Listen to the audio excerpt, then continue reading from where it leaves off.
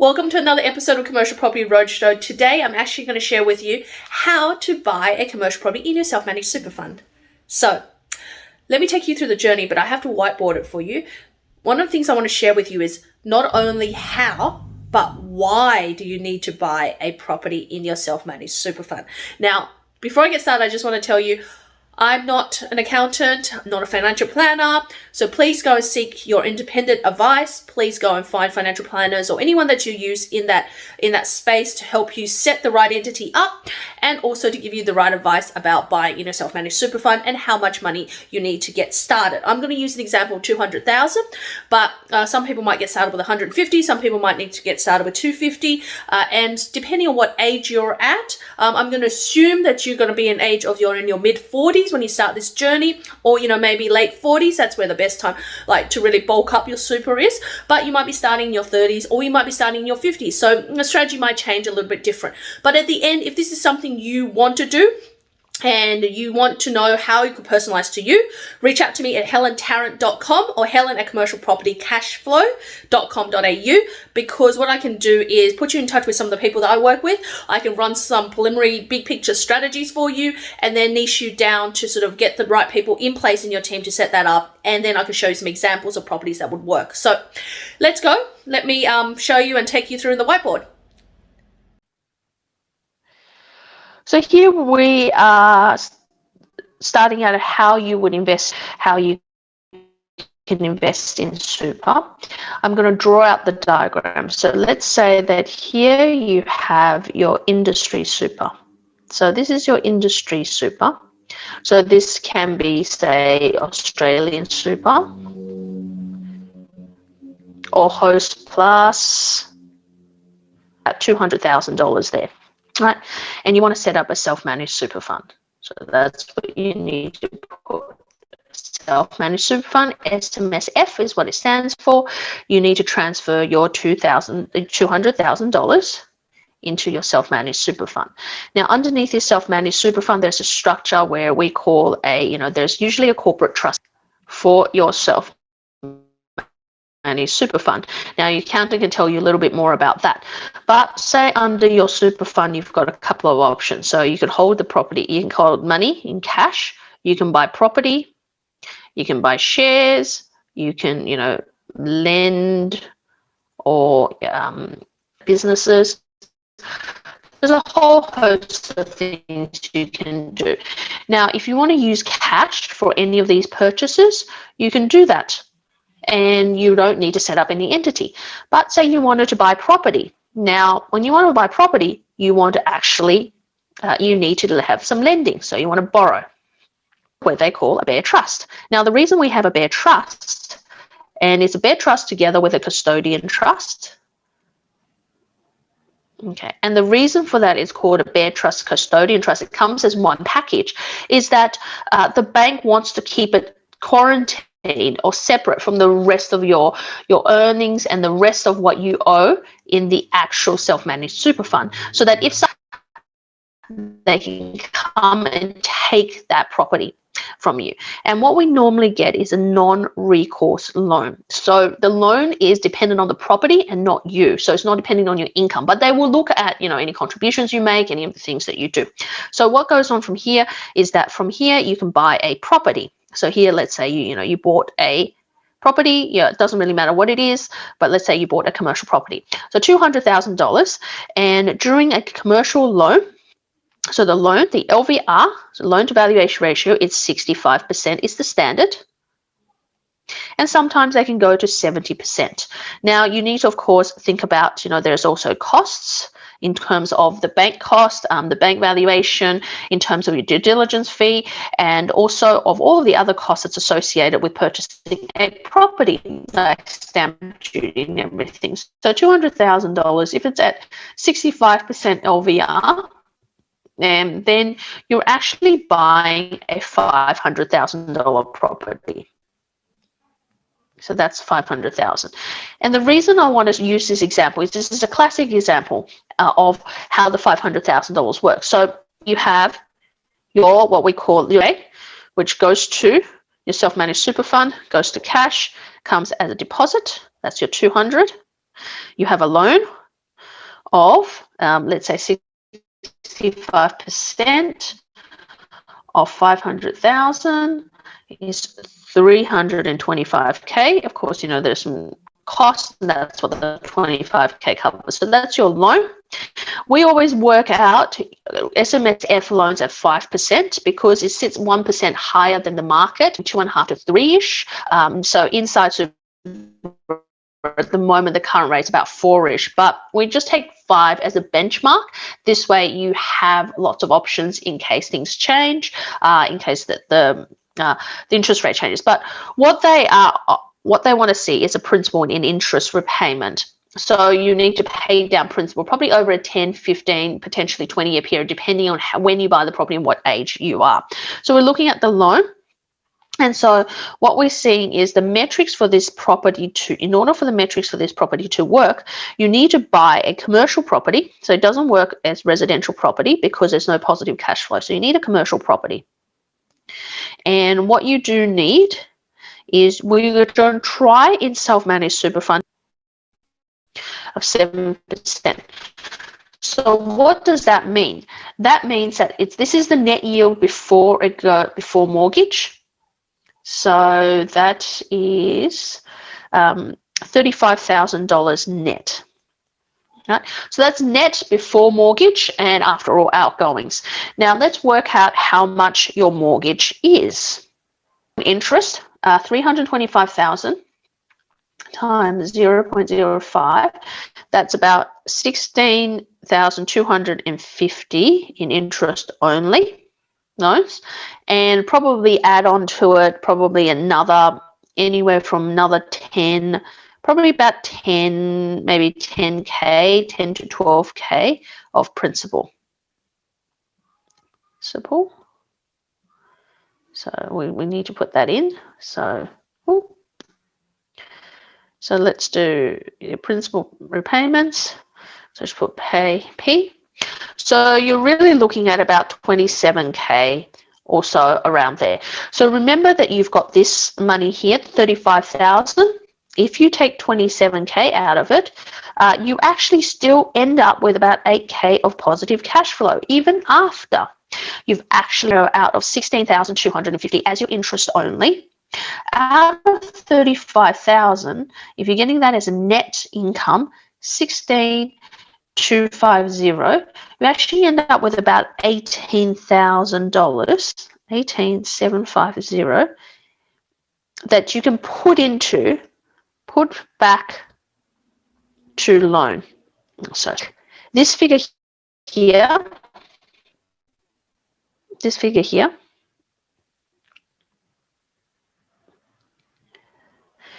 and you put it back into the loan. So you put this back into the loan. So what does that mean?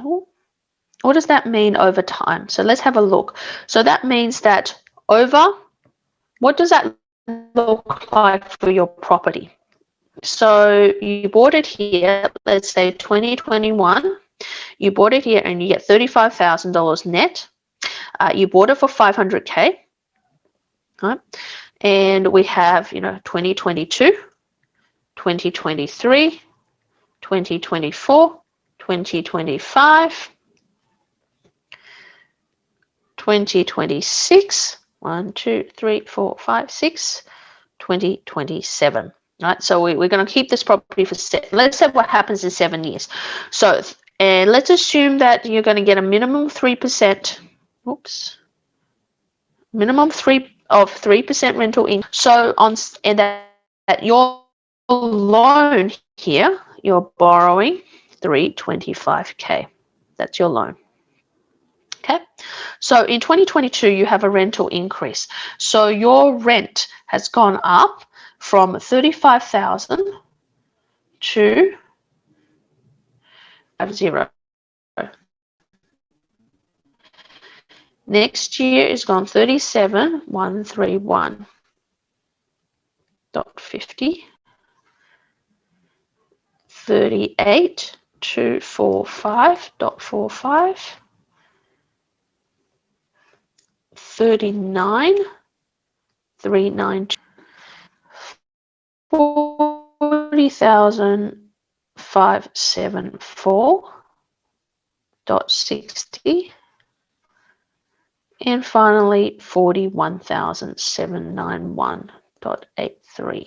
Okay, so that's your increases until increases. That's the new rent. Your interest rate, remember we talked about, is 5%,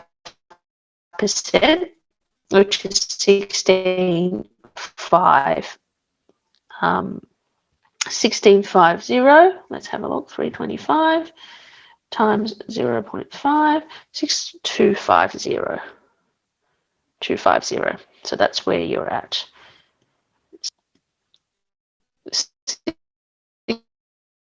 16250. Okay.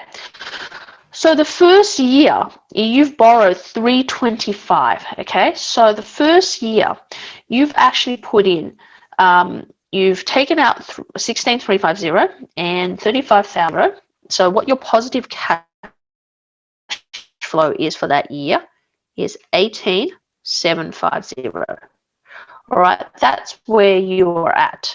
So the next year, you'll be paying that down as a principal repayment of the 500,000. So you end up here, and the next year here, you owe 4,81250. That's what you owe. You owe the bank that. Now your rent's gone up. Let's say the interest stayed the same, but now your principal is less. So let's say that your principal is less, so 481.5. It's your let me just readjust that. Sorry, I need to get rid of that. Your loan is 325. So that's your loan. You bought it for 500K, but your loan now is reduced 325 minus 306,250. That's what it is now. So now we add 5% of that. Your interest here is 15,312.50. Right, but now you have an increase in your rent. So you have this, which is now you've got 20,737, and we can take that off the principal of 306,250, and now you're up to 285,512. So let's just erase that. 50. That's where your principal is. And now, of course, because of this new principal and we're at 5% interest, your interest bill has come down to 14,275,625. So you can see that even in 3 years' time, you've got less interest, but your rent has actually gone up. So you actually end up with less interest, but more money towards your actual principal. So you can pay down. So your 37,131.50, you can pay that down to 14,275, and what you get is about $22,000 here. So you're at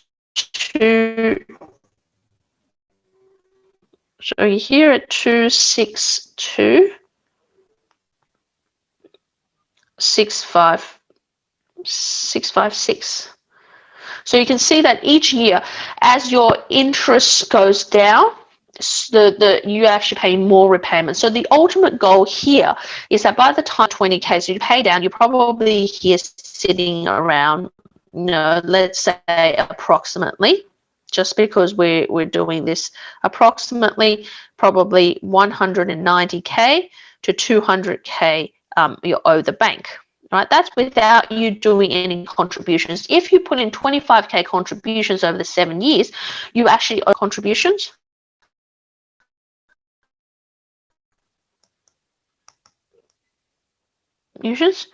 With contributions of roughly 25K per year, then what you end up with 7 years is you end up with about 140 to 50K. But let's just say you didn't do anything in this scenario. What happens with the value of the property? The value of the property also grows each year. But let's just say that, it didn't double itself over 7 years. And most, the thing is in property, doubles itself every 7 years. But let's just say it didn't.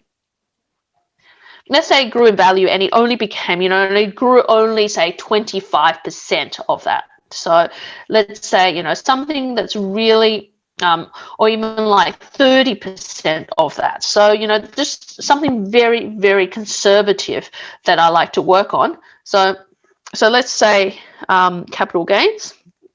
And of course, it won't be like that. You'll probably be more like your 50, 60% or even more. Sometimes you double, definitely. But let's say capital gains is only 30% over 7 years. And that's very little, very little. But that's 150K in growth, right? And so what you end up with is this scenario here, where the value of the property is now about, say, 190 or 200. So let's just, for easy numbers, say that you owe 200. So you owe 200K. Now you have $450,000 net. So you've actually doubled your money and double your money if you actually left it in industry super. For most people, the answer is no. You might grow at $200,000 to $300,000, but there's no way it's going to become $200,000. It becomes $450,000, and that is why the key of people investing in super is because they get so much more leverage, and that they actually be able to own more. So if 40% or 50%, that value starts to change. That becomes, 700K plus. That becomes 700K plus, which means that the end value here starts to increase. So you could all of a sudden have a property that's worth, 9. Of course, at some point in the future, you might want to sell it, but what you want to end up with at the end of 10 years, so this is your goal. So say 10 years. So you own outright. You own, so no mortgage. So we go no mortgage. So in 10 years, we have no mortgage, so no loan. Your 200,000 leveraged to a $500,000 property. After 10 years, let's say it doesn't double, it might be worth 750 to 800K.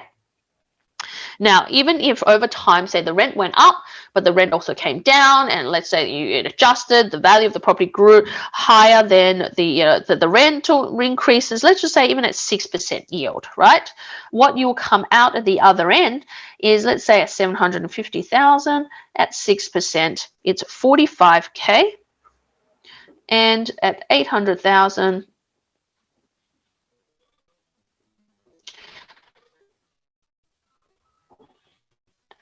is 48,000K, and which is not that far off if you look at this scenario, right? So you get 45%, and that becomes tax-free currently, based on the current legislation, for over 60.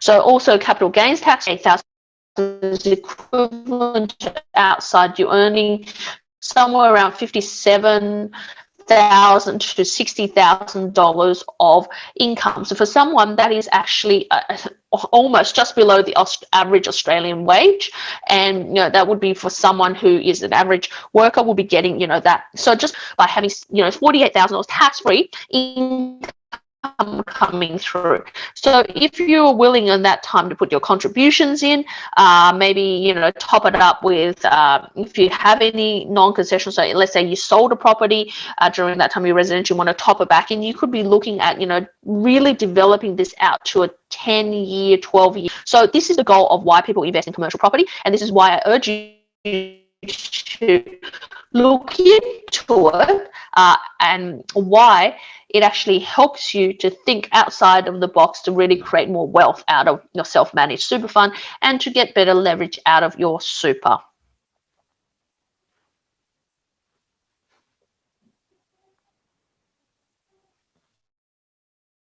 So you can see that the reason why people invest in self-managed super fund is that they can actually have more control over their property. So they get the decision, instead of in a large basically as part of an industry super fund, you don't have control what they're going to invest in. So they could potentially invest in big office buildings, they can invest in a Westfield, they can invest in warehouses, they can invest in, caravan parks, or they can invest in a lot of residential, or they can invest in stocks and shares. And then there's a combination of what they invest in. The thing is that you got to think about it. If you have $200,000, would you ever turn that into a $600,000 net, as in you actually own the whole $600,000 property outright that's going to give you an income? So you've got to think about that. If the answer is no, then self-managed super fund is for you. The other thing you got to think about is also that in self-managed super fund, the reason people invest, the number one reason is take control of their future, but also is turning a small amount into a big amount. And together with the power of your tenant and you can really bulk up your super. But also finally at the end, you've got to realize that the way that our system works is that they want you to accumulate till you retire and then basically draw down on your principal. See, the thing is, that means that you have nothing left for your children. There is actually no legacy you can leave behind. And for some of us who are working, and some of us who, highly leveraged, super can be one of our biggest savings. So to really utilize that, what you can do is then, of course, take it from retail super, put it into self-managed super fund, find an effective strategy, diversify. And because I'm part of the Unicorn Group, which, I myself as a director, but also the Helen Tarrant banner, we also have what's available, group deals. We have a spread of other options. You can invest in commercial. You don't have to do it just by, direct investment. So there's lots of options for you as well. And of course, we can put you through the right people who can help you with that as well. But the main thing to think about is that you're growing a tree. You're growing a tree rather than hacking at the roots and taking away the principal. So when you grow the tree over the next 7, 10, 12 years in super, because that's how long-term strategy needs to be. It needs to be 5, 7, in a minimum 5 years, but it should be more of a 7 to 10 to 12 year strategy where you're growing that in super. And then afterwards, what you want to see is that you'll be able to have the fruit from the tree that you're picking from, and then you'll be able to live off the fruit of the tree and then will it and pass it down to your children, that tree, and they can continue to grow that tree and continue to reap the rewards of that tree. And that's really, really important. So if you need hand-holding in this strategy, and this strategy is something you do not want to get wrong, and you are interested and you want to find out more information, there's a lot of detail around it, a lot of specifics, and the type of property that a bank that will accept for this type of borrowing, then reach out to us, helentarrant.com or helen@commercialpropertycashflow.com.au. And I look forward to seeing you and helping you in your next commercial property strategy. Bye for now.